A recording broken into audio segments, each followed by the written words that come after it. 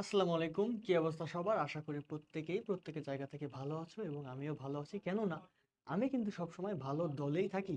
সেই ২ ভালো লাগাকে ২ ভালো লাগাকে একসাথে করেই আজকে কিন্তু জাতীয় বিশ্ববিদ্যালয়ের যে ভর্তি পরীক্ষা, সেই ভর্তি পরীক্ষার সহায়ক হিসাবে কিন্তু আরো একটি নতুন লাইভে তোমাদের সামনে হাজির হয়েছি। ওকে? তো তোমরা কিন্তু ইতিমধ্যেই জেনে গিয়েছো যে আজকের যে সাধারণ জ্ঞান ক্লাস, সেই সাধারণ জ্ঞান ক্লাসের যে টপিক, সেই টপিক সম্পর্কে কিন্তু তোমরা জানো যে আজকে কিন্তু জাতীয় বিশ্ববিদ্যালয়ের ভর্তি প্রস্তুতিতে যে মুক্তিযুদ্ধ একটা বিষয় সাধারণ জ্ঞানের জন্য, সেটা কিন্তু খুবই গুরুত্বপূর্ণ। এবং আজ কিন্তু আমরা মুক্তিযুদ্ধ নিয়ে কিন্তু বিস্তর একটা আলোচনা তোমাদের মাঝে করব।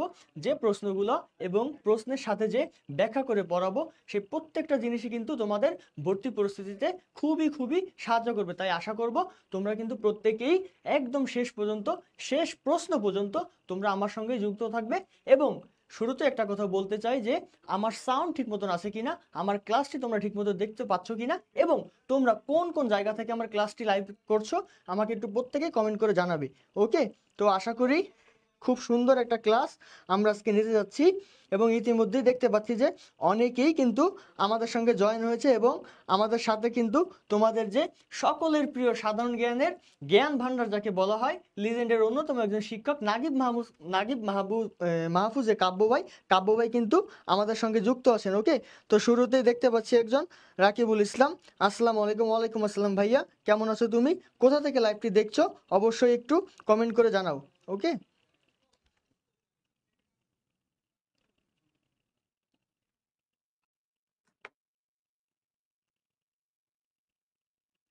প্রত্যেকেই লাইভটি জয়েন করো এবং কে কোথা থেকে দেখছো লাইভটি অবশ্যই কমেন্ট করে জানাও, এবং আমার সাউন্ড ঠিক মতো শুনতে পাচ্ছ কিনা একটু কমেন্ট করে জানাও। ওকে?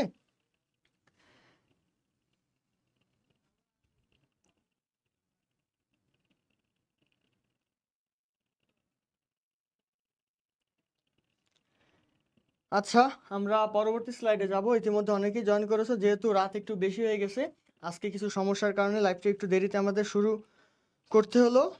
ওকে? তো কি আছে, আমরা দেখতে পাচ্ছি যে আমাদের বিগত 2টা ক্লাস যে লাইভ নিয়েছিলাম তোমাদের, এবং 2টা ক্লাসেই কিন্তু আমাদের যে লিজেন্ড পাবলিকেশনসের যে এনইউ বুস্টার, সেই এনইউ বুস্টার সম্পর্কে তোমাদের কিন্তু বলেছি। ওকে? তো নতুন করে এনইউ বুস্টার সম্পর্কে কিছুই বলার নেই। সামনের সপ্তাহ থেকে আমাদের যে এনইউ বুস্টার প্রতিটি লাইব্রেরিতেই ইনশাল্লাহ তোমরা পাবে, এবং আমি আশা করব যে প্রত্যেকেই কিন্তু তোমরা এনইউ বুস্টার অবশ্যই সংগ্রহ করবে। কেননা আগেও বলেছি, এখন আবারও বলছি যে জাতীয় বিশ্ববিদ্যালয় কিন্তু বিগত 10 বছর কিন্তু কোনো ভর্তি পরীক্ষা কিন্তু অনুষ্ঠিত হয়নি, যার কারণে ভর্তি পরীক্ষায় কি হতে পারে, কোন টপিক থেকে প্রশ্ন হতে পারে, ঠিক আছে, তো এই সব বিষয় কিন্তু তোমরা অবগত নাও, এবং এই সকল বিষয় কিন্তু আমাদের এই এনইউ বুস্টারে থাকবে, যেটা তোমাদের ভর্তি প্রস্তুতিতে খুবই সহযোগিতা করবে। তাই আশা করব যে সামনের সপ্তাহ থেকে যে আমাদের যে এনইউ বুস্টার তোমরা অবশ্যই সংগ্রহ করবে, এবং ভর্তি প্রস্তুতিতে কিন্তু খুবই সহযোগিতা করবে আমাদের এনইউ বুস্টার। ওকে? তো বেশি কথা আর বাড়াবো না, শুরুতেই আমরা চলে যাব আমাদের প্রথম প্রশ্ন। এবং ইতিমধ্যে দেখতে পাচ্ছি কিন্তু আমাদের অনেকেই জয়েন করছে। আচ্ছা, সাউন্ড কম বলছে। তোমার কি ফোনের সাউন্ড কম, নাকি প্রত্যেকের জন্যই সাউন্ড কম? যদি ফোনের সাউন্ড তোমার কম হয়ে থাকে তাহলে একটু সাউন্ডটা বাড়িয়ে নাও আপু। আর যদি সবার জন্যই সাউন্ড কম হয় তাহলে আমাদের যে টেকনিশিয়ানরা যারা আছে তাদেরকে আমি জানাবো। ওকে? দ্রুত একটু কমেন্ট করে জানাও যে তোমার একার সাউন্ড কম, নাকি যে যারা ক্লাসটি দেখতে পাচ্ছে প্রত্যেকের কাছেই সাউন্ডটা কম লাগছে। ওকে? হ্যাঁ, বাংলাদেশের খেলা হচ্ছে এবং খেলার অবস্থা ভাইয়া খুবই খারাপ। ঠিক আছে? এই জন্য আমি খেলা টেলা দেখা অনেকটাই ছেড়ে দিছি। কারণ অনেক প্রত্যাশা নিয়ে টিভির সামনে বসি বা মোবাইলে দেখি, কিন্তু সেই প্রত্যাশা অনুযায়ী যে ফলাফলটা পাই না, যার কারণে খেলা দেখা টোটালি বাদ দিয়ে দিছি। কারণ কষ্ট লাগে, আসলে বাংলাদেশের হার মানতে পারি না ভাইয়া। ওকে? তো যাই হোক, আমরা সরাসরি ক্লাসে চলে যাব, এবং আজকের প্রথম প্রশ্নটা কি আছে আমরা একটু দেখি। যে 1971 সালে মুক্তিযুদ্ধের সময় বাংলাদেশের নৌ কমান্ডোদের যে পরিচালিত অভিযান, সেই অভিযানটা কি নামে পরিচিত? হ্যাঁ, যে 1971 সালে মুক্তিযুদ্ধের সময় বাংলাদেশের নৌ কমান্ডোদের পরিচালিত অভিযান কি নামে পরিচিত? প্রত্যেকে একটু কমেন্ট করে জানাও যে সঠিক উত্তর কোনটা হবে। প্রত্যেকে একটু দ্রুত কমেন্ট করে জানাও ভাইয়ারা। ওকে? প্রত্যেকে একটু জানাও যে 1971 সালে মুক্তিযুদ্ধের সময় বাংলাদেশের নৌ কমান্ডোদের পরিচালিত অভিযান কি নামে পরিচিত? হ্যাঁ, দেখছো, আমি ঠিকই ধরতে পারছি, মারিয়া জান্নাত। তোমার মোবাইলেই সমস্যা। আমার স্টুডেন্ট তো, আমার স্টুডেন্টদেরকে আমি একটু খুব ভালোভাবে চিনি। ওকে, ভুয়া দল সময় নষ্ট না, ভুয়া দল বলিস না ভাই, কারণ নিজের দেশ তো। মনে কর বিষয়টা কেমন জানিস, নিজের বউয়ের মতন। বউ ভালো হোক খারাপ হোক নিজের, সেটা নিজেরা খারাপ বল, কিন্তু অন্য মানুষের সামনে বলিস না, তাহলে কিন্তু তোর বউ যে খারাপ অন্য মানুষ জেনে যাবে। ঠিক তদ্রুপই কিন্তু বাংলাদেশ আমার নিজের দেশ, তাই অন্য কারোর সামনে বলার দরকার নেই। নিজে মনে মনে বল যে বাংলাদেশ ভুয়া দল, হ্যান ত্যান যত অভিযোগ আছে সেটা একা একা ঘরের মধ্যে বল, দরজা আটকে রুম অফ করে, যত অভিযোগ আছে, বাট মানুষের সামনে এটি বলিস না ভাই, ঠিক আছে? আচ্ছা, যাই হোক, অনেক কথা বলে ফেললাম। তো ইতিমধ্যে একজন কমেন্ট করেছে যে 1-এর সি, দেখা যাক, বাকির একটু উত্তর করো, বাকির একটু উত্তর করো যে আসলেই কি উত্তর অপারেশন জ্যাকপট অর্থাৎ 1-এর সি হবে কিনা, দ্রুত একটু উত্তর করো। হ্যাঁ,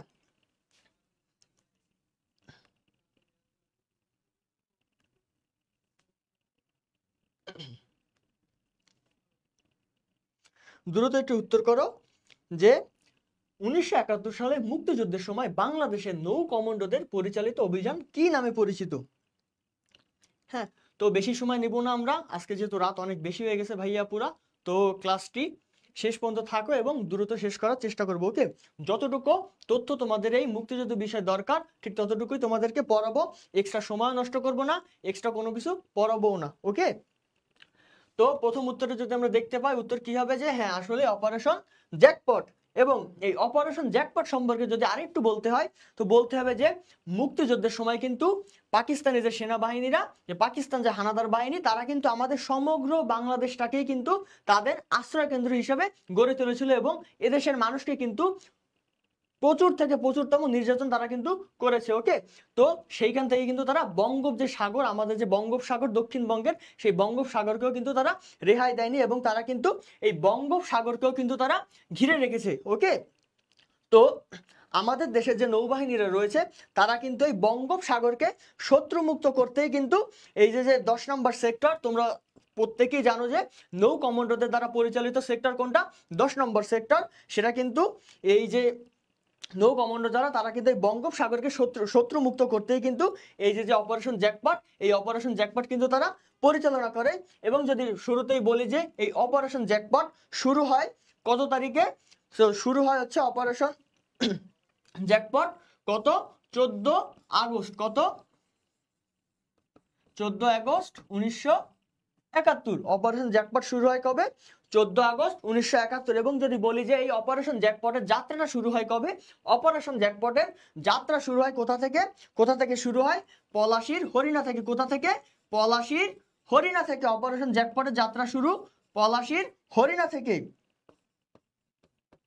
তোমরা আমার লেখা ঠিক মতন বুঝতে পারছো কিনা এবং লেখাটা ক্লিয়ার কিনা অবশ্যই একটু প্রত্যেকে কমেন্ট করে জানাবে। ওকে, এবং যদি বলা হয় যে কতজন নৌ সদস্য এই অপারেশন জ্যাকপটে অংশ নেয়, তো আমাদের যদি এরকম প্রশ্ন আসে তো আমরা খুব সহজে কিন্তু উত্তরগুলো করতে পারবো। এই জন্য বিগত 2টা ক্লাসও কিন্তু আমি বলছি যে আমি যে প্রশ্ন পড়াবো এবং প্রশ্নের সাথে যে ব্যাখ্যা বা বিশ্লেষণগুলো আমি করব, অবশ্যই অবশ্যই কিন্তু এই ব্যাখ্যাগুলা খাতায় নোট করবে। পরবর্তীতে কি হবে যে যখন এই মুক্তিযুদ্ধ টপিক থেকে বিভিন্ন ধরনের প্রশ্ন তোমাদেরকে করা হবে, তোমরা কিন্তু খুব সহজে নোট করার ফলে তোমাদের কিন্তু উত্তর কিন্তু অটোমেটিক্যালি মাথা থেকে বের হবে এবং খুব সহজেই কিন্তু তোমরা উত্তরগুলো দাগাতে পারবে। ওকে, তো যদি বলি যে কতজন নৌ সদস্য বা নৌ কমান্ডো অফিসার এই অপারেশন জ্যাকপটে অংশ নেয়, তাহলে কতজন, 31 জন। কতজন, 31 জন নৌ কমান্ডো অফিসার এই অপারেশন জ্যাকপটে অংশ নেয়। ওকে, তো এই পর্যন্ত তোমরা আমার কথাগুলা ক্লিয়ার শুনতে পেরেছো কিনা এবং যে লেখাগুলো বুঝতে পারছো কিনা এবং নোট করছো কিনা অবশ্যই অবশ্যই কমেন্ট করে জানাও। ওকে, ইতিমধ্যে আরো অনেকে আমাদের মাঝে যুক্ত হয়েছেন, ধন্যবাদ সবাইকে। আমরা দেখতে পাচ্ছি যে আমাদের কাজী ইমরান ভাই আমাদের ক্লাসটি দেখছেন, ধন্যবাদ ভাই আপনাকে ক্লাসটি দেখার জন্য, আশা করি আপনি ভালো আছেন। ওকে, যাই হোক, এবং আরেকটু যদি তথ্য দিতে হয় তোমাদেরকে, যেই অপারেশন জ্যাকপটে কিন্তু 2টি গান অপারেশন, আমি জানি না তোমরা এর আগে এই তথ্যটি তোমরা কোনো মাধ্যমে পেয়েছো কিনা, বাট আমি তোমাদেরকে আমার মাধ্যমে তথ্যটি জানাতে চাই। সেটা হচ্ছে যে অপারেশন জ্যাকপটে কিন্তু 2টি গান সাংকেতিক হিসাবে ব্যবহৃত হয়। কয়টা গান, 2টি গান কিন্তু পরিচালনা করা হয় যে সংকেত হিসাবে ধরে। ওকে, তো আমরা যদি 2টি গান দেখি তো কি কি দেখতে পাই, আমি এটা একটু মুছে দিচ্ছি কারণ আমাকে একটু লিখতে হবে। ওকে,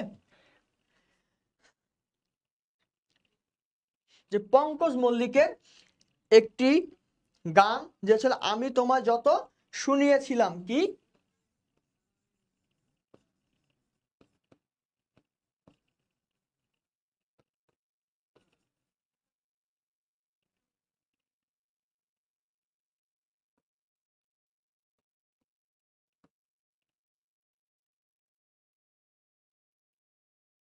আমি তোমায় যত শুনিয়েছিলাম এর অর্থ কি জানো? এর অর্থ হচ্ছে 24 ঘন্টার মধ্যে আক্রমণ করতে হবে, কি? অর্থাৎ 24 ঘন্টার মধ্যে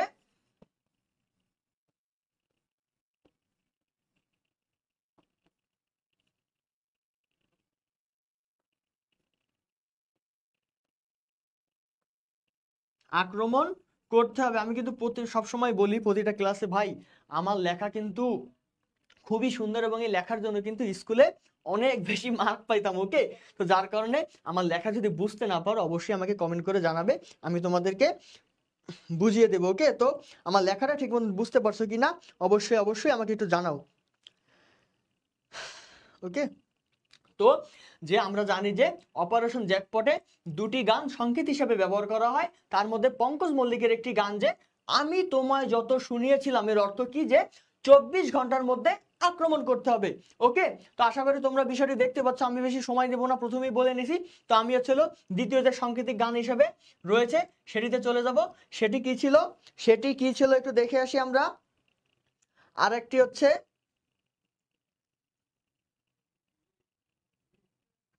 সন্ধ্যা মুখোপাধ্যায়ের একটা গান যে আমার পুতুল যাবে শ্বশুর বাড়ি, কি? যে আমার পুতুল যাবে শ্বশুর বাড়ি। তোমরা কিন্তু অবশ্যই এগুলো নোট করবে ভাইয়া, জানার জন্য হলেও, ঠিক আছে? কারণ এগুলা তোমরা এর আগে জানছো কিনা আমার জানা নেই, বাট অবশ্যই অবশ্যই কিন্তু তোমরা এগুলা অবশ্যই জানবে এবং খাতায় নোট করবে। আমার পুতুল যাবে শ্বশুর বাড়ি কোথায়?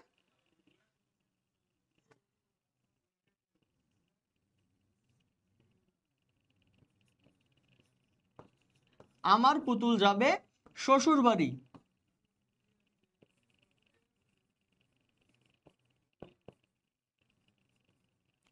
এই গানের অর্থ কি? এই গানের অর্থ হচ্ছে যে আক্রমণের জন্য ঘাঁটি ত্যাগ করো। এই গানের অর্থ হচ্ছে আক্রমণের জন্য ঘাঁটি ত্যাগ করো।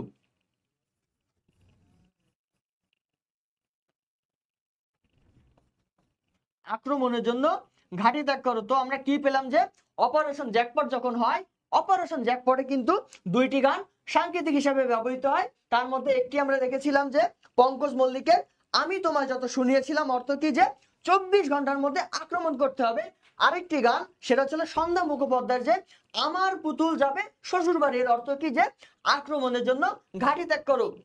তো তোমরা এই বিষয়টা আগে কে কে জানতা এবং আজকে তোমরা নতুন জানলা, আমাকে একটু অবশ্যই অবশ্যই কমেন্ট করে জানাও, তাহলে আমি এখান থেকে অনুপ্রাণিত হব যে তোমরা যারা জানতা না আমার মাধ্যমে তোমরা বিষয়টি জেনেছো এবং বিষয়টি আমার কাছেও কিন্তু অত্যন্ত ভালো লাগার একটা অংশ হিসাবে কাজ করবে। ওকে, তো প্রত্যেকে একটু কমেন্ট করে জানাও যে এই বিষয়টিকে তোমরা বুঝতে পারছো কিনা এবং এর আগে তোমরা এই বিষয় সম্পর্কে অবগত ছিলা কিনা। ওকে, তো আশা করি তোমরা দুটি বিষয় নোট করেছো এবং পরবর্তী প্রশ্নে আমরা চলে যাব। পরবর্তী প্রশ্নে কি আছে? পরবর্তী প্রশ্নে যে এক নদী রক্ত পেরিয়ে গানটির গীতিকার কে বা রচয়িতা কে? গতকালকে কিন্তু একটা কথা বলেছিলাম গত ক্লাসে যে মুক্তিযুদ্ধ কিংবা ভাষা আন্দোলন বিষয়ে যত গান, প্রবন্ধ বা যত সাহিত্য রচনা আছে এইখান থেকে কিন্তু অবশ্যই অবশ্যই প্রশ্ন থাকবে, সেটা হোক পাবলিক বিশ্ববিদ্যালয়ের ভর্তি পরীক্ষা কিংবা জাতীয় বিশ্ববিদ্যালয়ের ভর্তি পরীক্ষা, এই বিষয়গুলো কিন্তু অবশ্যই অবশ্যই আসবে। যার জন্য আমি এই প্রশ্নটি তোমাদের জন্য রেখেছি এবং শেষেও কিন্তু মুক্তিযুদ্ধ বিষয়ক কিছু উপন্যাস বা কিছু গ্রন্থের প্রশ্ন কিন্তু তোমাদের জন্য রেখেছি এবং আরো কিছু রেখেছি আমি, যেটা একদম শেষে তোমাদের জন্য রয়েছে। তাই ক্লাসটি কিন্তু অবশ্যই শেষ পর্যন্ত করবে। ওকে, তো আমরা কি পাই? যে এক নদী রক্ত পেরিয়ে গানটির গীতিকারকে? প্রত্যেকে একটু দ্রুত কমেন্ট করে জানাও, প্রত্যেকে একটু দ্রুত কমেন্ট করে জানাও, যেহেতু বেশি সময় তোমাদেরকে নিব না। আমার মিষ্টি যাবে শ্বশুর বাড়ি। এই বদমাইশ, বিয়ের বয়স হয়েছে? হ্যাঁ, আমি বিয়ে করতে পারলাম না এখনো, তোরাই বিয়ে করবি? হুম, এখনো স্টুডেন্ট ক্যান্ডিডেট, এখনই শ্বশুর বাড়িতে মিষ্টি নিয়ে যাওয়ার জন্য চেষ্টা করিস, কি একটা অবস্থা। যাই হোক, যে এক নদী রক্তপ্রিয়া গানটির গীতিকার কে? দ্রুত একটু কমেন্ট করে জানাও, দ্রুত দ্রুত ভাইয়া।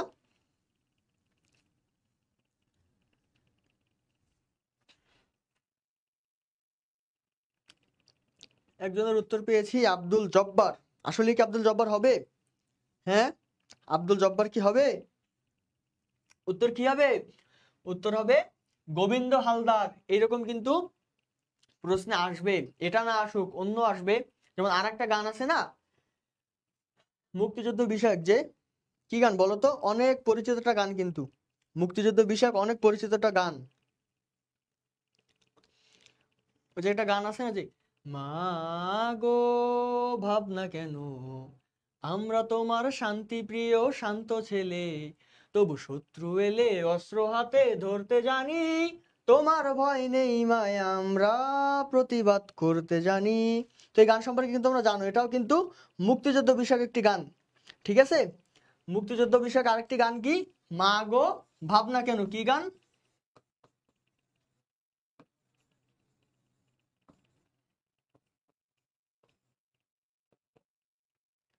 মা গো ভাবনা কেন। যদি বলা হয় যে এই গানের গীতিকার কে, এই মা গো ভাবনা কেন গানের গীতিকার কে? গীতিকার হচ্ছে গৌরপ্রসন্ন মজুমদার। কে? গৌর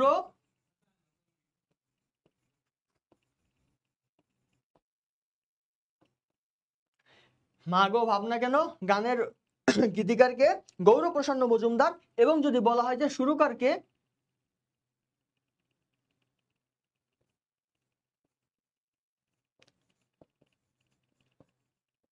সুরকার কে? সুরকার হচ্ছে হেমন্ত মুখোপাধ্যায়। কে?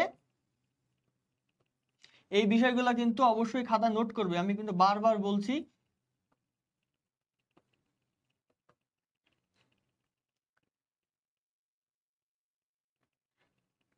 যে মা গো ভাবনা কেন গানের গীতিকার কে? গৌরপ্রসন্ন মজুমদার। এবং সুরকারকে হেমন্ত মুখোপাধ্যায়। এবং শিল্পীও কে? এই হেমন্ত মুখোপাধ্যায় কিন্তু এই মা গো ভাবনা কেন গানের শিল্পী। আচ্ছা, থ্যাংক ইউ ভাইয়া, আগে জানতাম না এখন জানলাম। ওকে, অবশ্যই খাতায় নোট করবে, ঠিক আছে, অবশ্যই অবশ্যই খাতায় নোট করবে। এই আমার ভয়েস সুন্দর আসলেই। আমার কাছে কিন্তু আমি যখন গান টান, সত্যি কথা বলতে আমি রেকর্ড টেকর্ড করি গানের, গানগুলো শুনি, আমি নিজের প্রতি কনফিডেন্স হারাই ফেলাই যে দূর এত বাজে গলা কারো হইতে পারে। তো যাই হোক, তো আমরা কি জানলাম, যে মা গো ভাবনা কেন গানের সুরকারকে হেমন্ত মুখোপাধ্যায় এবং গীতিকার গৌরপ্রসন্ন মজুমদার। ওকে,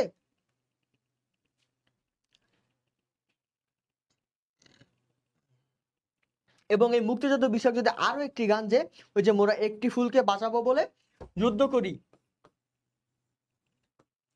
মোরা একটি ফুলকে বাঁচাবো বলে যুদ্ধ করে, একটা গান আছে না, যদি বলা হয় চলে আসতেই পারে কিন্তু পরীক্ষায় ভাইয়া, বলা যায় না। এই জন্য আমি কিন্তু এই গানটা তোমাদের, বিশেষ করে এই দুইটা গান অনেক ফেমাস দুইটা গান।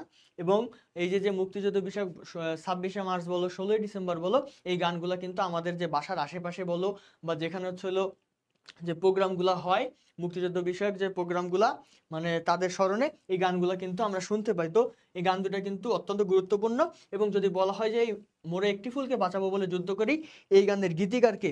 এই গানের গীতিকার সবাই একটু কমেন্ট করে জানাও তো, এই গানের গীতিকার কে? এই গানের গীতিকার হলো গোবিন্দ হালদার। এই গানের গীতিকার কে? গোবিন্দ হালদার। এবং সুরকার কে? সুরকার হচ্ছে আপেল মাহমুদ। এই একটু আগে কে জানো জানতে চাইলে না ভাই, আপেল মাহমুদ কে? হ্যাঁ, এই যে আপেল মাহমুদের পরিচয় জানছো, এই যে মোরা একটি ফুলকে বাঁচাবো বলে যুদ্ধ করি, এই গানের সুরকার কে? আপেল মাহমুদ। এবং এই গানের শিল্পীও কিন্তু, এই গানের শিল্পীকে, এই শিল্পীও কিন্তু এই আপেল মাহমুদ। এই আপেল মাহমুদও কিন্তু এই গানের শিল্পী। তো আশা করি বিষয়টা বুঝছো, ঠিক আছে, আপেল মাহমুদের পরিচয় পাইছো।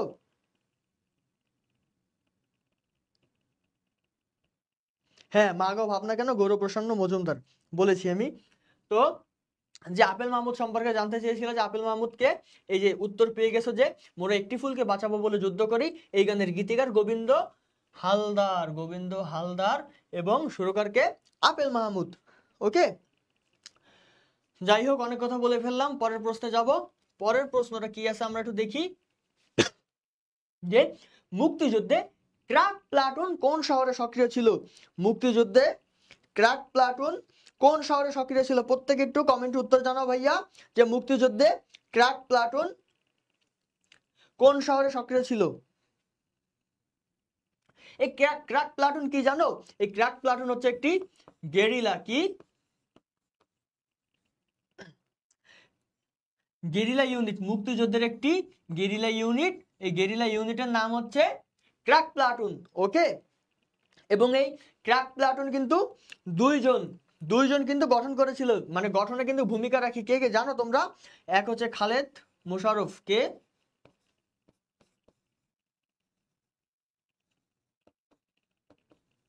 খালেদ মোশাররফ, এই দুইজনে কিন্তু বীর প্রতীক, মনে রাখবা। আর একটাকে এটিএম হায়দার।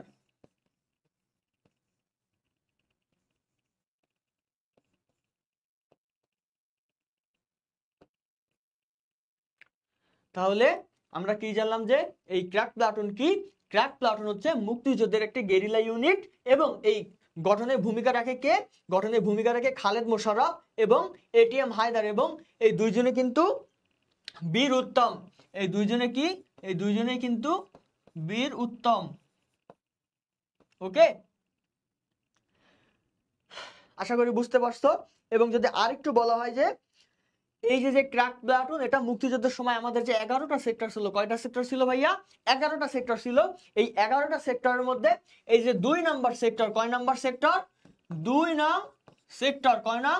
2 নং সেক্টর। এই 2 নং সেক্টরে কিন্তু এই ক্রাক প্লাটুনের অন্তর্ভুক্ত ছিল। ওকে, এই 2 নং সেক্টরে কিন্তু তারা সক্রিয় ভূমিকা পালন করেছে মুক্তিযুদ্ধের সময়।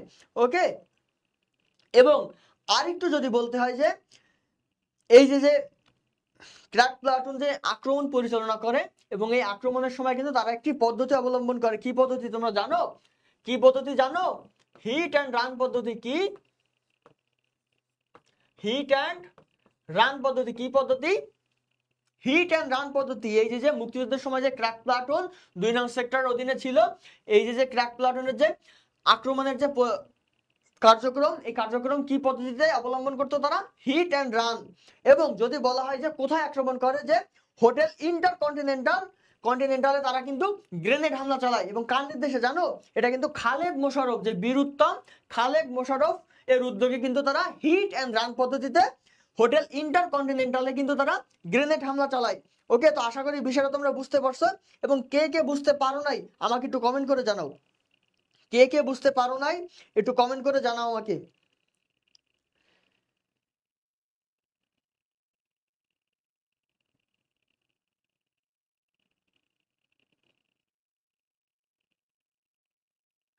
দ্রুত একটু কমেন্ট করে জানাও ভাইয়ারা, যেহেতু অনেক রাত হয়ে গেছে, সময় খুবই কম। ওকে,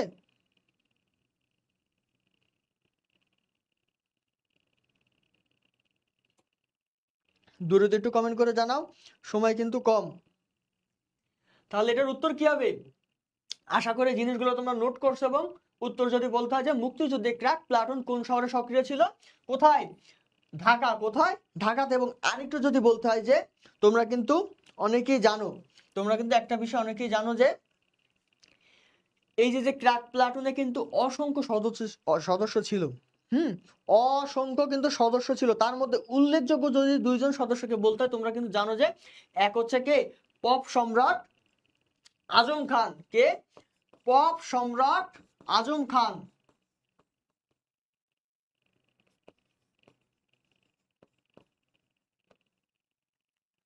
আরেকজন কে? আরেকজন হচ্ছে কে? শহীদ শাফি ইমাম রুমি। কে? শাফি ইমাম রুমি। কে জানো? এই কিন্তু জাহানারা ইমামের ছেলে, বড় ছেলে শহীদ শাফি ইমাম রুমি। এবং এই যে পপ সম্রাট আজম খান, তারা কিন্তু দুইজনেই কিন্তু এই ক্রাক প্লাটুনের উল্লেখযোগ্য 2 জন সদস্য ছিল। ঠিক আছে, তো আশা করি বিষয়টা বুঝতে পারছো এবং নোট করছো। আমরা বেশি সময় নিব না, পরবর্তী প্রশ্নে চলে যাব। পরবর্তী প্রশ্নে কি আছে একটু দেখি আমরা, যে বাংলাদেশের মুক্তিযুদ্ধে জেড ফোর্স ব্রিগেডের প্রধান কে ছিল। এই সমসাময়িক বিষয়ের জন্য কিন্তু প্রশ্নটা কিন্তু খুবই গুরুত্বপূর্ণ। কেন গুরুত্বপূর্ণ সেটার উত্তর কিন্তু তোমরাই জানো, তাই না? তো প্রত্যেকে, আমি জানি এর উত্তর তোমরা পারো, তারপরে আমি একটু সবাইকে দেখতে চাই, যারা যারা আমার ক্লাসটি দেখছো এখন, আমি কিন্তু প্রত্যেককেই দেখতে চাই যে এই উত্তরটা কে কে জানো, যে বাংলাদেশের মুক্তিযুদ্ধে জেড ফোর্স ব্রিগেডের প্রধান কে ছিলেন। ওকে, এবং তোমরা কিন্তু জানো যে ইস্ট বেঙ্গল রেজিমেন্টের যে সৈন্যরা আছে, সেই সৈন্যদের নিয়ে কিন্তু 3টি ব্রিগেড গঠন করা হয়। কয়টি ব্রিগেড? 3টি ব্রিগেড। কয়টি? 3টি ব্রিগেড গঠন করা হয়। কি কি? জেড ফোর্স,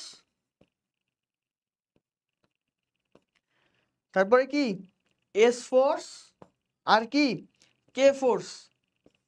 এই যে ইস্ট বেঙ্গল রেজিমেন্টের যে সৈন্য, এই সৈন্যদের নিয়ে কিন্তু 3টি ব্রিগেড গঠন করা হয়। কয়টি? 3টি। কি কি? জেড ফোর্স, এস ফোর্স এবং কে ফোর্স। এবং তোমাদেরকে যদি বলা হয় যে জেড ফোর্সের অধিনায়ক কে ছিল, এই জেড ফোর্সের অধিনায়ক ছিল কে? জিয়াউর রহমান। কে ছিল? জেড ফোর্সের অধিনায়ক ছিল জিয়াউর রহমান। এটা আমি জানি যে প্রত্যেকেই তোমরা জানো। জেড ফোর্সের অধিনায়ক কে ছিল? জিয়াউর রহমান।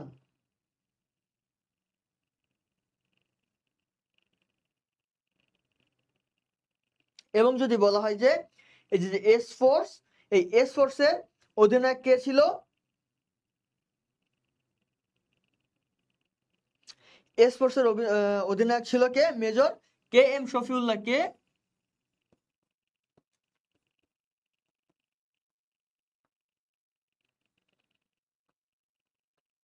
আমি একটু নিচে লিখলাম, বুঝছো, আমার জায়গা নাই যেহেতু এখানে, আমি একটু নিচে লিখে দিলাম। তোমরা বুঝে নিও যে এস ফোর্সের অধিনায়ক কে ছিল? Major K M Shafiullah. এবং যদি বলা হয় যে কে ফোর্সের অধিনায়ক কে ছিল, কে ফোর্সের অধিনায়ক ছিল হচ্ছে মেজর খালেদ মোশাররফ। কে? মেজর খালেদ মোশাররফ। ওকে, তো বিষয় করে তোমরা বুঝতে পারছো যে আমাদের যে মুক্তিযুদ্ধ, আমাদের যে বাংলাদেশের মহান মুক্তিযুদ্ধ, এই মহান মুক্তিযুদ্ধে কিন্তু ইস্ট বেঙ্গল রেজিমেন্টের সৈন্যদের নিয়ে 3টি বাহিনী গঠন করা হয়, 3টি ব্রিগেড, ফোর্স ব্রিগেড গঠন করা হয়। এবং 3টি কি কি? যে জেড ফোর্স, এস ফোর্স এবং কি কে ফোর্স। এই জেড ফোর্সের অধিনায়ক কে ছিল? জিয়াউর রহমান। এস ফোর্সের অধিনায়ক কে ছিল? Major K M Shafiullah. এবং কে ফোর্সের অধিনায়ক কে ছিল? মেজর খালেদ মোশাররফ। ওকে, তো বিষয়টি তোমরা বুঝতে পারছো, বেশি সময় নিব না, আমি পরবর্তী প্রশ্নে চলে যাব। পরবর্তী প্রশ্নে কি আছে, যে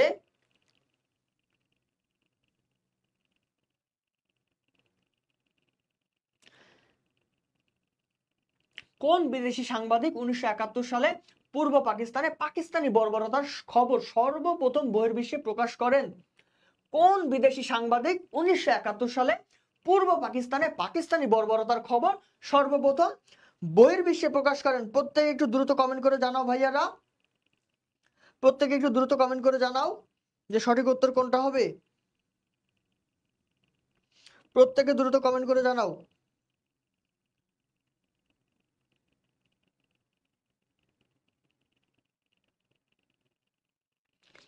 প্রত্যেকে দ্রুত কমেন্ট করে জানাও।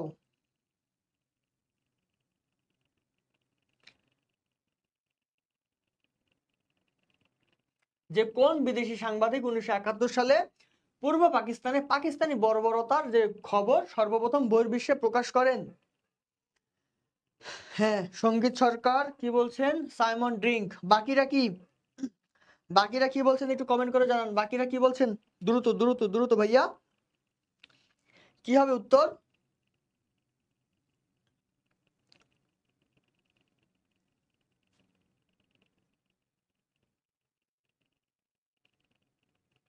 উত্তর কি হবে? Simon drink. এই সাইমন ড্রিঙ্কের সম্পর্কে যদি একটু বলতে হয়, যে উনি কি ছিলেন, উনি কিন্তু একজন ব্রিটিশ যে ডেইলি টেলিগ্রাফ, ব্রিটিশ যে ডেইলি টেলিগ্রাফ,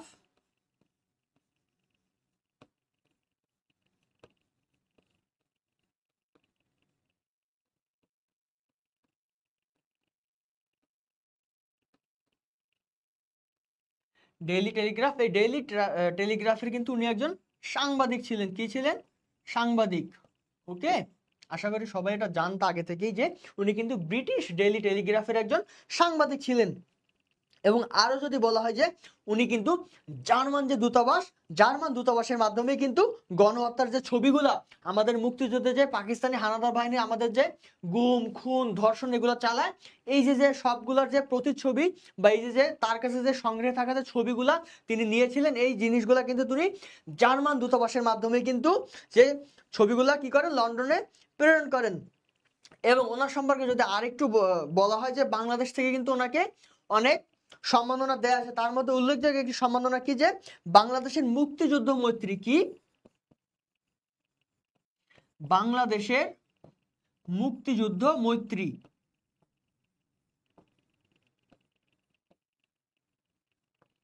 এই যে বাংলাদেশের যে মুক্তিযুদ্ধ মৈত্রী, এই সম্মাননা কিন্তু ওনাকে প্রদান করা হয়। এবং উনি কিন্তু 16ই জুলাই, কত উপরে লিখলাম যেহেতু জায়গার স্বল্পতা, 16ই জুলাই 2021 সালে কোথায়, যে রোমানিয়ার একটি হাসপাতালে কিন্তু উনি মৃত্যুবরণ করেন। ওকে, তো এই সাইমন রিং সম্পর্কে আমরা কি কি জানলাম, যে উনি একজন ব্রিটিশ ডেইলি টেলিগ্রাফের সাংবাদিক এবং বাংলাদেশ মুক্তিযুদ্ধ মৈত্রী যে সম্মাননা রয়েছেন, এই সম্মাননা কিন্তু ওনাকে প্রদান করা হয়। এবং 16ই জুলাই 2021 সালে উনি কিন্তু রোমানিয়ার একটি হসপিটালে মৃত্যুবরণ করেন। তো আশা করি তোমরা প্রত্যেকেই বুঝতে পেরেছ। এবং আচ্ছা, ওকে, তো পরবর্তী প্রশ্নে আমরা যাব। পরবর্তী প্রশ্নে কি আছে, যে বাংলাদেশের মুক্তিযুদ্ধে প্রথম শত্রু মুক্ত জেলার নাম কি? বাংলাদেশের মুক্তিযুদ্ধে প্রথম শত্রু মুক্ত জেলার নাম কি? যারা যারা এই রাতেও, এই যে রাত কয়টা বাজে এখন, 10:30 ওভার, যারা এখন ক্লাসগুলো করতেছো তাদের জন্য অন্তরের অন্তরস্থল থেকে কিন্তু এই যে তোমাদের জন্য দোয়া ভাইয়া আপুরা।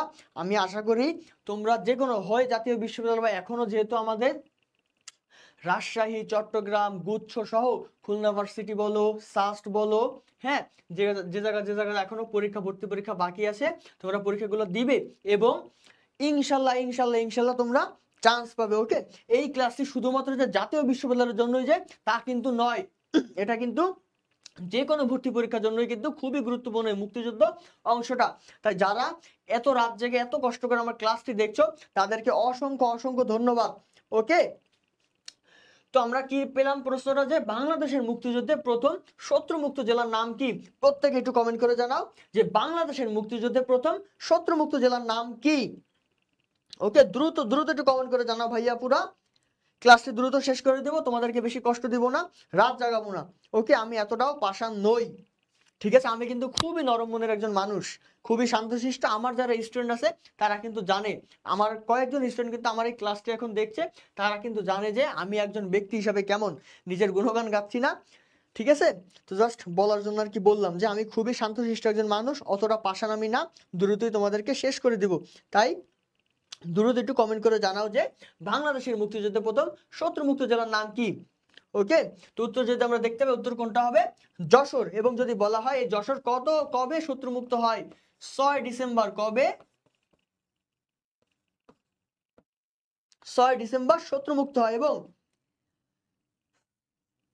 এই যখন 6 ডিসেম্বর শত্রুমুক্ত হয় তখনই কিন্তু তোমরা জানো যে আমাদের যে বন্ধু রাষ্ট্র ভুটান, এই ভুটান কিন্তু বাংলাদেশকে স্বীকৃতি প্রদান করে। কবে? এই 6 ডিসেম্বর 1971 সালে কিন্তু সর্বপ্রথম বহির্বিশ্ব থেকে ভুটানে কিন্তু প্রথম আমাদেরকে একটি স্বাধীন সার্বভৌম রাষ্ট্র হিসাবে স্বীকৃতি প্রদান করে। এবং এরই কয়েক ঘন্টা পরই পাকিস্তানের তৎকালীন যে প্রধানমন্ত্রী ইন্দিরা গান্ধী কিন্তু পাকিস্তানের সাথে সম্পর্ক ছিন্ন করে এবং তারাও কিন্তু বাংলাদেশকে একটি স্বাধীন সার্বভৌম রাষ্ট্র হিসেবে কিন্তু স্বীকৃতি প্রদান করে। এখন এইটা কিন্তু অনেক কনফিউজিং একটা প্রশ্ন, যে বহির্বিশ্ব থেকে সর্বপ্রথম কোন দেশ বাংলাদেশকে স্বীকৃতি প্রদান করে? এবং অনেক জায়গাতেই কিন্তু তোমরা একটি আটকেছো এবং কনফিউশনও কাজ করে ভর্তি পরীক্ষার সময়। তো আমার যদি বলতে হয় যে যদি প্রশ্ন থাকে যে এই যে কোন দেশ সর্বপ্রথম স্বীকৃতি প্রদান করে, যদি অপশনে যদি তোমাদেরকে ভুটানও থাকে, ভারতও থাকে, মনে করো অপশনে ক হলো ভুটান এবং খ হলো ভারত। তাহলে কিন্তু তোমরা চোখ বুঝে কিন্তু তোমরা ভুটান দাগাবে। ঠিক আছে, যদি অপশনে ভুটানও থাকে ভারতও থাকে তোমরা কোনটি দাগাবে? ভুটান দাগাবে। আর যদি অপশনে যদি ভুটান না থাকে, ভারত সহ আরো 3টি দেশের নাম দেওয়া থাকে, তাহলে কিন্তু তোমরা ভারতকে দাগাবে। ওকে, কারণ একই দিনেই কিন্তু স্বীকৃতি প্রদান করা হয়, কিন্তু আগে প্রদান করে ভুটান, এবং ভুটান প্রদান করার পরে কয়েক ঘন্টা পরে কিন্তু আমাদের যে তৎকালীন ভারতের প্রধানমন্ত্রী ইন্দিরা গান্ধী, সেও কিন্তু স্বীকৃতি প্রদান করে কয়েক ঘন্টা পরে। ওকে, তো এই বিষয়টি মাথায় রাখবে যে অপশনে 2টা থাকলে, ভুটানও যদি থাকে ভারত যদি থাকে, উত্তর হবে ভুটান, এবং যদি ভুটান না থাকে শুধুমাত্র ভারত থাকে, সেক্ষেত্রে কি হবে? ভারত। ওকে, তো আশা করি তোমরা বুঝতে পারছো বিষয়টা। আমরা পরবর্তী প্রশ্নে চলে যাব। পরবর্তী প্রশ্নে কি আছে?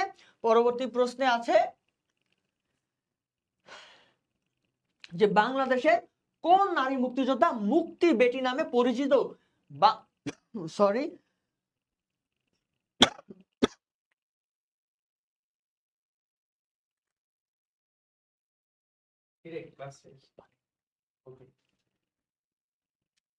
সবাই একটু জানাও যে বাংলাদেশের কোন নারী মুক্তিযোদ্ধা মুক্তি বেটি নামে পরিচিত? প্রত্যেকে একটু কমেন্ট করে জানাও।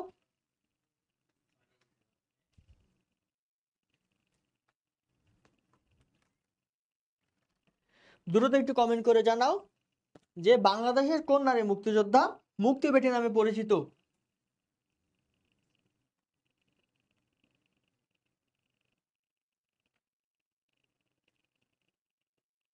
উত্তর কি হবে? উত্তর হবে কাকন বিবি। কি হবে? কাকন বিবি। উত্তর কি হবে? কাকন বিবি। বিবি। এবং একটা কথা বলে রাখি যে এই যে আমাদের যে মুক্তিযুদ্ধে 3জন নারী মুক্তিযোদ্ধা যারা কি নামে পরিচিত, হ্যাঁ, তাদেরকে কি সম্মাননা দেওয়া হয় জানো তোমরা?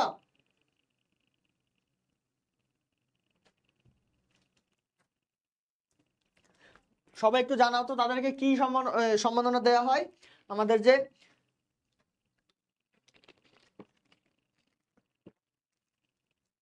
আমাদের যে 3জন মুক্তিযোদ্ধা নারী রয়েছেন তাদেরকে কি সম্মাননা দেওয়া হয় জানো? বীর প্রতীক। কি?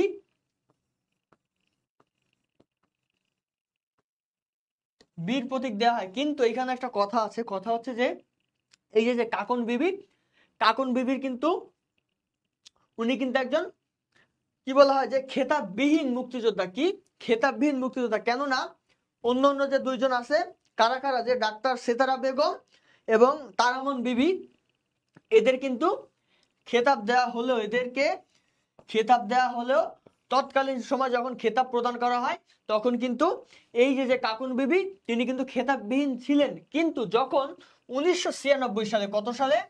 1996 সালে যখন তৎকালীন প্রধানমন্ত্রী শেখ হাসিনা যখন আসে, তখন কিন্তু তাকে কিন্তু এই যে যে ঘোষণা, মানে সে যে একজন বীর প্রতীক, সেই ঘোষণা কিন্তু সে দেয়, কিন্তু পরবর্তীতে কিন্তু গেজেট আকারে প্রকাশিত হয়নি, যার কারণে উনি কিন্তু একজন খেতাববিহীন মুক্তিযোদ্ধা হিসেবেই রয়ে গেছেন। ওকে, তো উত্তর আমরা কি পেলাম যে বাংলাদেশের কোন নারী মুক্তিযোদ্ধা মুক্তি বেটি নামে পরিচিত? সে হচ্ছে কে? কাকন বিবি। ওকে, তো আশা করি তোমরা বিষয়টি বুঝতে পারছো। আমরা পরবর্তী প্রশ্নে যাব। পরবর্তী প্রশ্ন কি আছে যে বীর শ্রেষ্ঠ মুন্সি আব্দুর রউফের পদবী কি ছিল? বীর শ্রেষ্ঠ মুন্সি আব্দুর রউফের পদবী কি ছিল? এই তারামন বিবি কে বললো রে? তারামন বিবি হবে? বোকা, মুক্তি বেটি তো কাকন বিবি, তারামন বিবি না। তো সবাই একটু 8 নম্বর যে প্রশ্নটা আছে যে বীর শ্রেষ্ঠ মুন্সি আব্দুর রউফের পদবী কি ছিল, প্রত্যেকে একটু, এই কাপন বিবি কি? হ্যাঁ বোকা, এটি কোনো কথা? একজন মুক্তিযোদ্ধার সম্মান দিয়ে কথা বল।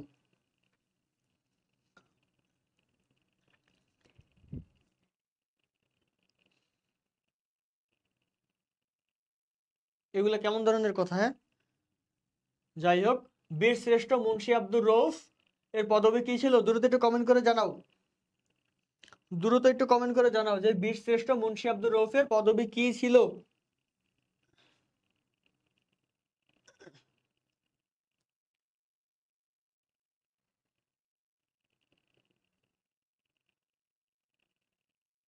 কি ছিল? উনি কিন্তু ছিল কে? ল্যান্স নায়ক কি ছিল? বীরশ্রেষ্ঠ মুন্সি আব্দুর রউফের পদবি কি ছিল? ল্যান্স নায়ক। এবং এই যে বীরশ্রেষ্ঠ মুন্সি আব্দুর রউফ সম্পর্কে যদি আরেকটু আমি জানাতে চাই, সেটা কি উনি জন্ম কত সালে? 1943 সালে। কত সালে? 1943 সালে। এবং জন্মস্থান কোথায়?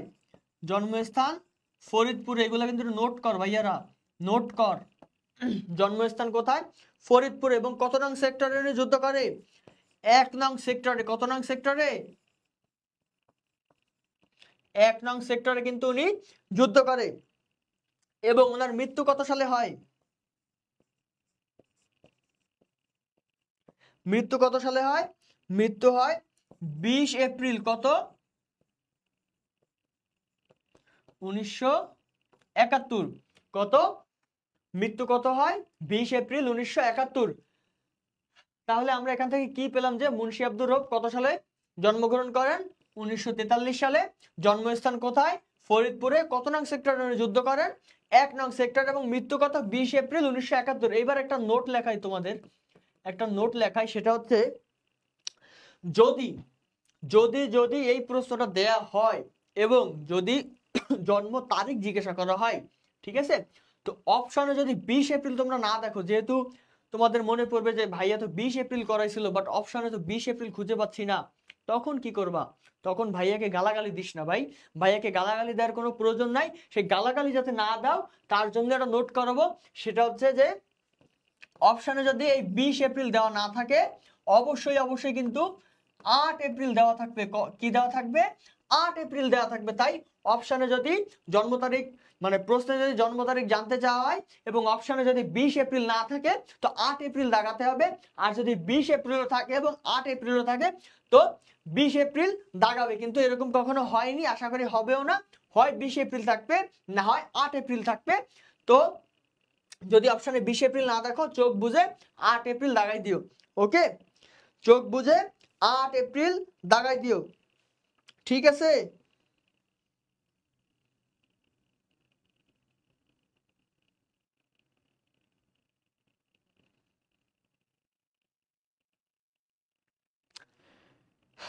ওকে, হ্যাঁ 1943 সালের 8 মে।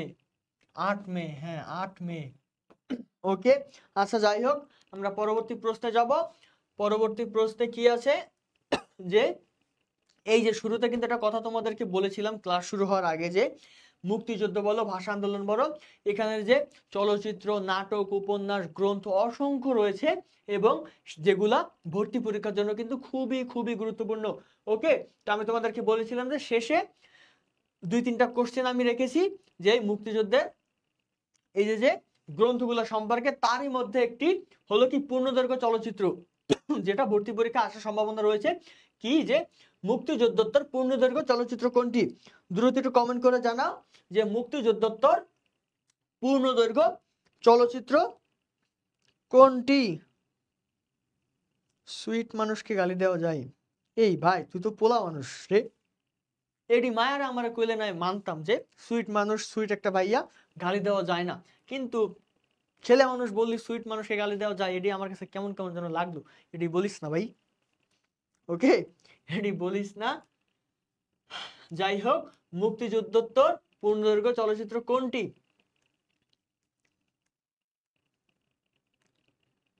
বলো, প্রত্যেকে একটু কমেন্ট করে জানাও, প্রত্যেকে একটু কমেন্ট করে জানাও।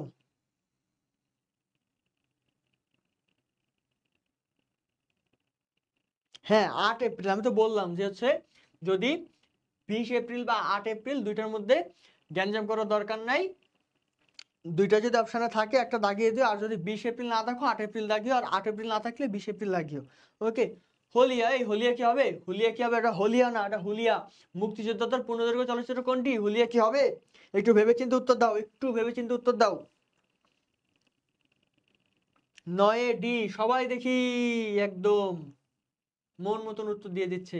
ওটা কি উত্তর হবে? হ্যাঁ, মুক্তিযোদ্ধাদের পূর্ণদৈর্ঘ্য চলচ্চিত্র কোনটি? হুলিয়া হবে? হুলিয়া হবে না, হুলিয়া হবে না। উত্তর কোনটা? উত্তর কোনটা? একটু ভেবেচিন্তে উত্তর দাও। উত্তর কোনটা? উত্তর কোনটা? কলমিলতা। কোনটা? কলমিলতা। দেখছো এই যে যে পূর্ণদৈর্ঘ্য চলচ্চিত্র বলো, স্বল্পদৈর্ঘ্য চলচ্চিত্র বলো, গ্রন্থ, উপন্যাস, নাটক, এগুলা কিন্তু খুবই কনফিউশন কাজ করে, যার জন্য দেখছো এই যে ক্লাস নিচ্ছি ক্লাসের মধ্যেই তোমরা ভুল করতেছো, তাহলে পরীক্ষার সময় কি হবে খালি একবার চিন্তা করে দেখো। এই জন্য এই বিষয়গুলো কিন্তু ভালো করে পড়তে হবে, ওকে। এবং আমি যে প্রশ্ন পড়াচ্ছি পাশাপাশি তোমাদের কাছে যে বই রয়েছে, বিশেষ করে আমাদের যে খন্দকার যে জিকে লিজেন্ড পাবলিকেশনস এর, তার মধ্যে কিন্তু এই যে মুক্তিযুদ্ধ বলো বা ভাষা আন্দোলন বলো, এখানের যে আমাদের মুক্তিযুদ্ধ বিষয়ক বা ভাষা আন্দোলন বিষয়ক যে গান, নাটক, উপন্যাস, গ্রন্থ রয়েছে, এগুলো কিন্তু খুব সুন্দরভাবে সাজানো রয়েছে এবং কে কোনটা লিখেছেন সেগুলো কিন্তু দেয়া রয়েছে, ওকে। তো বিশ্ববিদ্যালয়ে ভর্তি পরীক্ষার জন্য কিন্তু আমাদের খন্দকার জিকে কিন্তু খুবই খুবই গুরুত্বপূর্ণ এবং সাজানো গোছানো একটা বই। এবং বইয়ের শুরুতে কিন্তু তোমরা দেখবা যে প্রত্যেকটা বিশ্ববিদ্যালয়ের, জাহাঙ্গীরনগর বলো, রাজশাহী বলো, চট্টগ্রাম বলো, বিউপি বলো, এমনকি মেডিকেল যে ভর্তি পরীক্ষাটা হয়, সেই ভর্তি পরীক্ষার জন্য কিন্তু তোমাদের টপিক ওয়াইজ সাজেশন দেওয়া আছে। তাই যারা এখনো বইটি সংগ্রহ করনি, সামনে যে চট্টগ্রামের পরীক্ষা, রাজশাহীর পরীক্ষা বা জিএসটি বলো, ন্যাশনাল ইউনিভার্সিটি বলো, বইটা কিন্তু তোমরা চাইলে সংগ্রহ করতে পারো, ওকে। এবং এই বইটাতে শুধুমাত্র ভার্সিটি কেন্দ্রিক, ভার্সিটির জন্যই যে কাজে লাগবে তা কিন্তু নয়।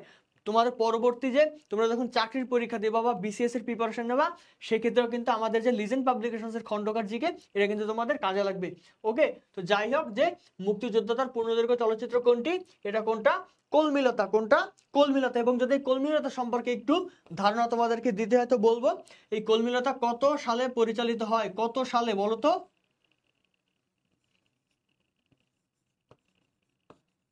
কত সালে পরিচালিত হয়, কত সালে, 1981 সালে, কত সালে, 1981 সালে। এবং এর পরিচালক কে, পরিচালক কে, পরিচালক হচ্ছে শহীদুল হক খান। কে,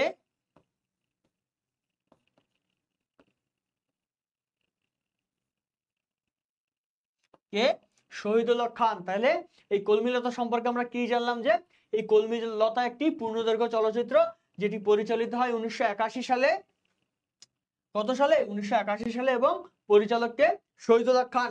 আশা করি প্রত্যেকেই এটা নোট করেছে। এবং এই মুক্তিযুদ্ধ বিষয়ক যদি আরো কিছু পূর্ণদৈর্ঘ্য চলচ্চিত্র তোমাদেরকে বলি, কোনটা বলতো, আবার তোরা মানুষ হ,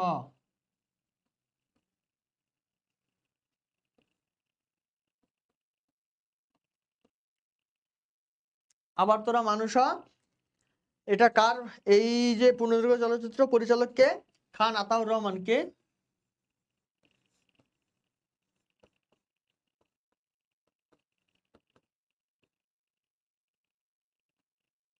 খান আতাউর রহমান। ঠিক আছে, আর একটা গুরুত্বপূর্ণ কোনটা, ওরা 11 জন, কোনটা, ওরা 11 জন, এটা কে, চাষী নজরুল ইসলাম। কে,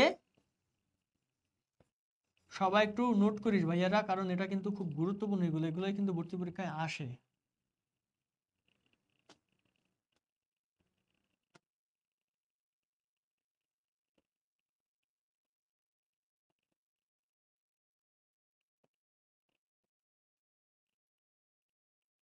ওকে। আর একটা যদি দেখতে হয় যে আগুনের পরশমণি, এটা তো সবারই জানার কথা, কে, যে বাংলাদেশের মহান একজন ব্যক্তিত্ব এবং আমার খুবই খুবই পছন্দের একজন মানুষ, আগুনের পরশমণি। কে, হুমায়ুন আহমেদ স্যার। কে,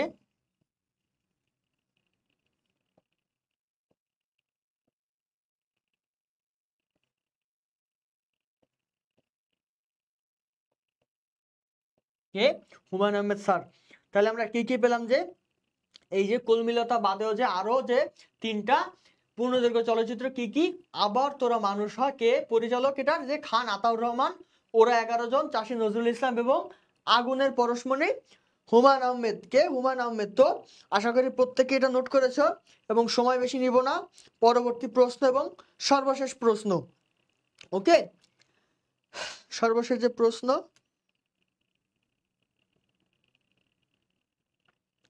এই, এটা আমি মজা করে বলছি, ছেলে মানুষ বলে কি হবে, ও আমার ছোট ভাই। তো ছোট ভাইয়ের যে একটা ভালোবাসা, আমিও সেই ভালোবাসার জায়গা থেকে এটা আমি বলছি, আমি অন্য কোনো মাইন্ডে বলি নেই বোকা, মারিয়া জান্নাত, এতটা সেন্টিকার কোনো কিছু হয় নাই, এটা জাস্ট মজা ছিল, ওকে। এটি সেন্টিতে নেওয়ার কোনোই কারণ নেই। যাই হোক,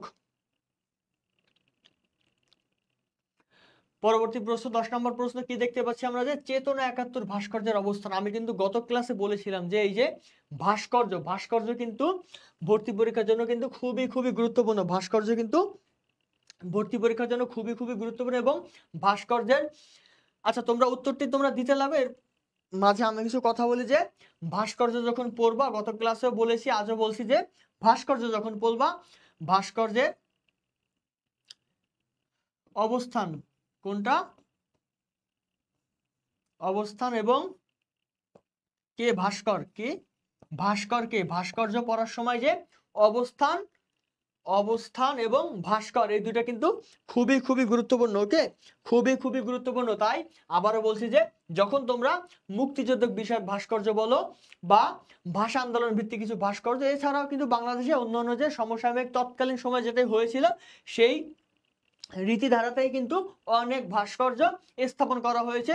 তো সেই সব ভাস্কর্য পড়ার দরকার নাই, মুক্তিযুদ্ধ বিষয়ক যেগুলো এবং ভাষা আন্দোলন ভিত্তিক সেগুলো পড়লে মোটামুটি হয়। এছাড়া যে আমাদের যে বাংলা একাডেমিতে কিছু ভাস্কর্য আছে, তাছাড়া যে প্রত্যেকটা পাবলিক বিশ্ববিদ্যালয়ে কোনো না কোনো ভাস্কর্য আছে, তো এইগুলো মোটামুটি পড়লে এইখান থেকে কিন্তু পরীক্ষার মধ্যে কমন পাওয়া যায়।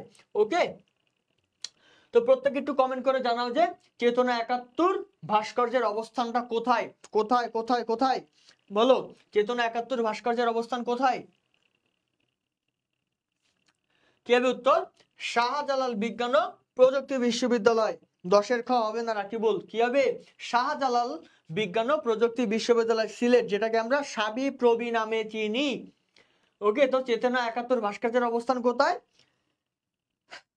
শাহজালাল বিজ্ঞান ও প্রযুক্তি বিশ্ববিদ্যালয়।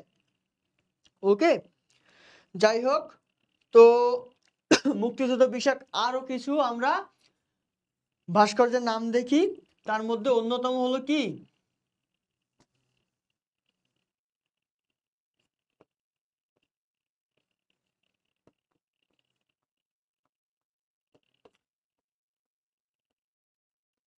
অপরাজেয় বাংলা। এটির ভাস্কর কে? সৈয়দ আব্দুল্লাহ খালেদ। কে?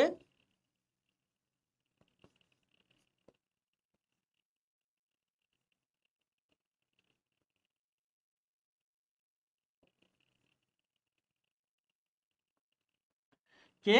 অপরাজেয় বাংলার ভাস্করকে সৈয়দ আব্দুল্লাহ খালেদ। এবং কোথায় অবস্থিত প্রত্যেকে জানো যে কলা ভবন, ঢাকা ভার্সিটির যে কলা ভবন, সেই কলা ভবনে তোমরা যারা গিয়েছো তারা কিন্তু এই যে দেখেছো যে অপরাজেয় বাংলা নামে একটি ভাস্কর্য রয়েছে, যার ভাস্কর হচ্ছে সৈয়দ আব্দুল্লাহ খালেদ। এর অবস্থানটা তোমরা সবাই জানো যে কলা ভবন, ঢাকা বিশ্ববিদ্যালয়।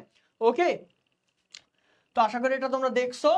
আরো দুইটা তোমাদের ভাস্কর্য, আরো 3টা ভাস্কর্য দেখাবো মুক্তিযুদ্ধ বিষয়, যেগুলো খুবই গুরুত্বপূর্ণ। তার মধ্যে অন্য আরেকটি কোনটা, স্বপার্জিত স্বাধীনতা। কোনটা? স্বপার্জিত স্বাধীনতা। স্বপার্জিত স্বাধীনতা, এই স্বপার্জিত স্বাধীনতার ভাস্করকে, স্বপার্জিত স্বাধীনতার ভাস্কর হচ্ছে শামীম শিকদারকে।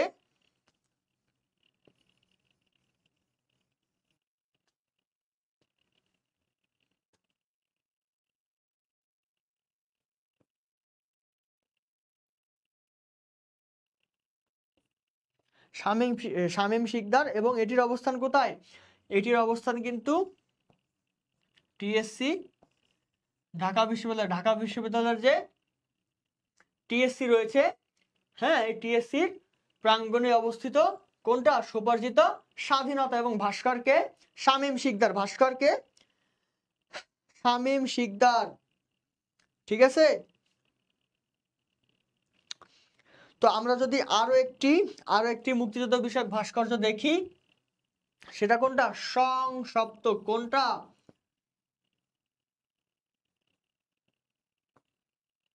সংসপ্তক। এই সংসপ্তকের অবস্থান কোথায় জানো তোমরা? অবশ্যই জানার কথা। তোমরা যারা এবার জাহাঙ্গীরনগর বিশ্ববিদ্যালয়ে ভর্তি পরীক্ষা দিয়েছিলা, জাহাঙ্গীরনগর বিশ্ববিদ্যালয়ে যে তোমাদের যে শহীদ মিনার, সেই শহীদ মিনারের পিছন সাইডে তোমরা খেয়াল করবা যে একটা লাইব্রেরি আছে, সেন্ট্রাল লাইব্রেরি যেটা, সেই সেন্ট্রাল লাইব্রেরির সামনে কিন্তু এই সংসপ্তক যে ভাস্কর্যটি কিন্তু রয়েছে। ওকে, তো এটার ভাস্কর কে? এটার ভাস্কর হচ্ছে হামিদুজ্জামানকে। এবং তোমরা জানো যে গত ক্লাসে এই শহীদ মিনার নিয়ে কিন্তু বিশাল এক কাহিনী হয়ে গেছে, শহীদ মিনার নিয়ে কিন্তু বিশাল এক কাহিনী হয়ে গেছে।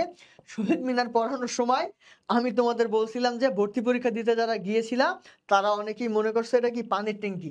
হ্যাঁ, তো এই পানির ট্যাঙ্কি নিয়ে বিশাল কাহিনী হয়ে গেছে। ওকে, তো দেখলাম বিভিন্ন পেজ, বিশেষ করে ছিল জাহাঙ্গীরনগর বিশ্ববিদ্যালয়ের যে মোস্ট ফেমাস একটা পেজ, সেই পেজ থেকেও শেয়ার করা হয়েছে, পাশাপাশি আমাদের যে খন্দকার জিকে থেকেও শেয়ার করা হয়েছে। তো যাই হোক, বিষয়গুলো দেখলে ভালো লাগে, বুঝছো, মানে ক্লাস নেওয়ার জন্য অনেক অনুপ্রেরণা পাই। তো ওটা কিন্তু তোমাদের মজা করেই বলেছিলাম যে অনেকেই তোমরা পানির ট্যাঙ্কি ভেবেছিলা। ওকে, তো যাই হোক, পরে ফিরে আসি। আমরা কি বলেছি যে সংসপ্তক যে ভাস্কর্য, এই সংসপ্তক ভাস্কর্যের অবস্থান কোথায়? সংসপ্তক ভাস্কর্যের অবস্থান জাহাঙ্গীরনগর বিশ্ববিদ্যালয়। কোথায়? সংক্ষেপে যাকে আমরা কি বলি, জাবি বা জানবিবি। জানবিবিটা কিন্তু বলা হয় ভালোবেসে। ওকে, ভালোবেসেই কিন্তু জানবিবি বলা হয়। ওকে, তো সংসপ্তকের অবস্থান পেলাম আমরা এবং ভাস্করকেও পেলাম। তো যেহেতু দুইটা জিনিস আমরা পেয়ে গেছি, আমরা আরো একটি ভাস্কর্যের নাম দেখব, আরো একটি ভাস্কর্যের নাম দেখব। সেটা কোনটা? সাবাস বাংলাদেশ। কোনটা? এই সাবাস বাংলাদেশ কিন্তু জাহাঙ্গীরনগর বিশ্ববিদ্যালয়ের 21 ব্যাচ সেশনের সি ইউনিটে, আমার এখনো মনে আছে 21 ব্যাচ সেশনের সি ইউনিটে একদম যে শেষ শিফট, সেই শেষ শিফটে কিন্তু এই প্রশ্নটা এসেছিল। আমার এখনো মনে আছে যে সাবাস বাংলাদেশ ভাস্কর্যের যে সাবাস বাংলাদেশ ভাস্কর্যের অবস্থান কোথায়, আমার এখনো মনে আছে। তো এই সাবাস বাংলাদেশ ভাস্কর যদি আমরা দেখি,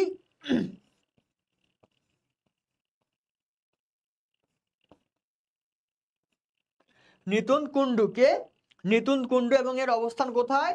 অবস্থান হচ্ছে রাজশাহী বিশ্ববিদ্যালয়। কোথায়? রাজশাহী বিশ্ববিদ্যালয়। তাইলে সাবাস বাংলাদেশ, এই যে ভাস্কর্যের অবস্থান কোথায়? রাজশাহী বিশ্ববিদ্যালয়। এবং এই সাবাস বাংলাদেশ ভাস্করকে নিতুন কুণ্ডু। ওকে, তো ভাইয়াপুর আশা করি ক্লাসটি বুঝতে পারছো। এবং পরবর্তীতে কি আছে? পরবর্তীতে তোমাদের জন্য একটি বিষয় প্রত্যেকটা ক্লাসেই আমি রাখাটা গুরুত্বপূর্ণ মনে করি বলেই কিন্তু রাখি, কারণ তোমাদেরকে বিগত দুটি ক্লাসে আমি বলেছিলাম যে আমাদের যে অল ইন অন কোর্স, সেই অল ইন অন কোর্সে কিন্তু এক ফিতেই কিন্তু তোমরা এই যে 4টা ভার্সিটির প্রিপারেশন কিন্তু তোমরা নিতে পারবা। এবং ফি কিন্তু মাত্র কত? 2000 টাকা না, 2000 টাকা না, 2000কে কিন্তু রেড কালার দিয়ে কিন্তু ঢেকে দিয়েছি। কত? 999। কত? 999, অর্থাৎ 50% কিন্তু ডিসকাউন্ট থাকবে আমাদের এই কোর্সে। ওকে, তো যারা এখনো ভর্তি হওনি তোমরা কিন্তু দ্রুত ভর্তি হয়ে যাবা, যেহেতু চট্টগ্রাম বিশ্ববিদ্যালয়ের পরীক্ষারও বেশি দেরি নেই, কিন্তু রাজশাহী বিশ্ববিদ্যালয়ের জন্য কিন্তু তোমরা হাতে পর্যাপ্ত সময় পাচ্ছ খুব ভালো একটা প্রিপারেশন নেওয়ার জন্য। তো ভালো একটা প্রিপারেশন নিতে গেলে কিন্তু অবশ্যই ভালো একটা প্ল্যাটফর্মের সঙ্গে যুক্ত থাকা তোমাদেরকে দরকার। কেননা ভালো প্ল্যাটফর্মেই কিন্তু তোমরা ভালো টিচার প্যানেল, ভালো মনে করো তোমার গাইডলাইন্স, ক্লাস, পরীক্ষা মিলে সবকিছু তোমরা কিন্তু পেয়ে যাবে। তো সেরকমই ভালো একটা প্ল্যাটফর্ম তোমরা কিন্তু জানো যে আমাদের legend care university admission coaching. তো কথা বেশি বাড়াবো না, কথা শুধু একটাই বলবে যে আমাদের যে অল ইন অন কোর্স রয়েছে, যারা এখনো ভর্তি হওনি ভালো একটা প্রিপারেশন নেওয়ার জন্য কিন্তু এই অল ইন অন কোর্সে ভর্তি যাবে। এবং আর একটা কথা তোমাদেরকে বলবো ভাইয়া, ঢাকা ভার্সিটিতে হয়নি, জাহাঙ্গীরনগরেও হয়নি, বিউপিতেও হয়নি, প্রিপারেশন 100 ছিল কিন্তু হয়নি। কি করার ভাইয়া? কোনো কিচ্ছু করার নাই। ওকে, যেটা গেছে সেটা তো চলে গেছে, সে আর কখনোই ফিরে আসবে না। সেটা হোক ভর্তি পরীক্ষা বা হোক হারানো মানুষ, যাই হোক না কেন, যে গিয়েছে তাকে যেতে দিতেই হবে, তাকে নিয়ে ভাবলে চলবে না।